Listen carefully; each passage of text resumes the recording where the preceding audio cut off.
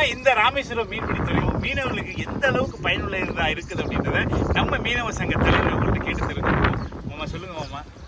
வணக்கம். கடந்த 50 ஆண்டுக்கு முன்னாடி இங்கே ஒரு மீன்பிடி இறங்குதெல்லாம் சிறியதாக இருந்துச்சு. அதில் 20 படகுகள் மட்டும்தான் பயன்பெறும் வகையில் இருந்துச்சு. நாங்கள் பல வருடங்களாக கோரிக்கை வச்சு 22 கோடி ரூபா திட்ட மதிப்பீட்டில் மாண்புமிகு தமிழ்நாடு முதலமைச்சர் அவர்கள் வந்து இதை துவங்கி வச்சு கடந்த 2 நாளுக்கு முன்னாடி இந்த இறங்குதளத்தை வந்து திறந்து வச்சாங்க. எங்களுக்கு ஒரு சிறப்பான பயனாக இருக்குது. 200 படகுகள் வந்து பிடிக்கிறதுக்கு, படகுகள் மீன்களை இறக்குறதுக்கு, மீன்களை விற்கிறதுக்கு எங்களுக்கு ரொம்ப வசதியாக இருக்குது. இது எங்களுக்கு நீண்ட நாள் கனவாக இருந்துச்சு. இந்த மீன்பிடி இறங்குதெல்லாம் வந்து எங்களுக்கு அமையணுங்கிறது. அதன்படி எங்களுக்கு ஏற்பாடு செய்து கொடுத்த அரசுக்கு எங்களுடைய நன்றி தெரிவிச்சுக்கிறோம்.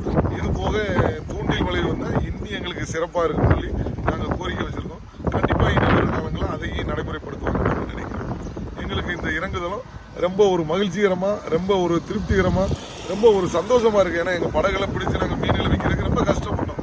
இப்போ ஒரு படகு ரிப்பேர்னாலும் அதை நாங்கள் பார்க்குறதுக்கு எங்களுக்கு நல்ல வழிவகையாக இருக்குது. அதனால ஒரு ரொம்ப சிறப்பான ஒரு மீன்பிடி இறங்குதலம் எங்களுக்கு இது அமைஞ்சது. இறங்குதளம், அதாவது ராமேஸ்வரத்தில் இருக்கிற இறங்குதளம் ஏறத்தாழ இந்த பகுதி மக்களுடைய ஒரு 1/4 நூற்றாண்டு கோரிக்கை. அவ்வளோ நாட்களாக வந்து இந்த மக்கள் வந்து மீனவ மக்கள், இங்கே ராமேஸ்வரத்தில் இருக்கிற மக்கள் ராமேஸ்வரத்தில் மீன்பிடி இறங்குதளம் வேணும் அப்படின்னு சொல்லி ரொம்ப நாளாக கோரிக்கை வச்சுருந்தாங்க.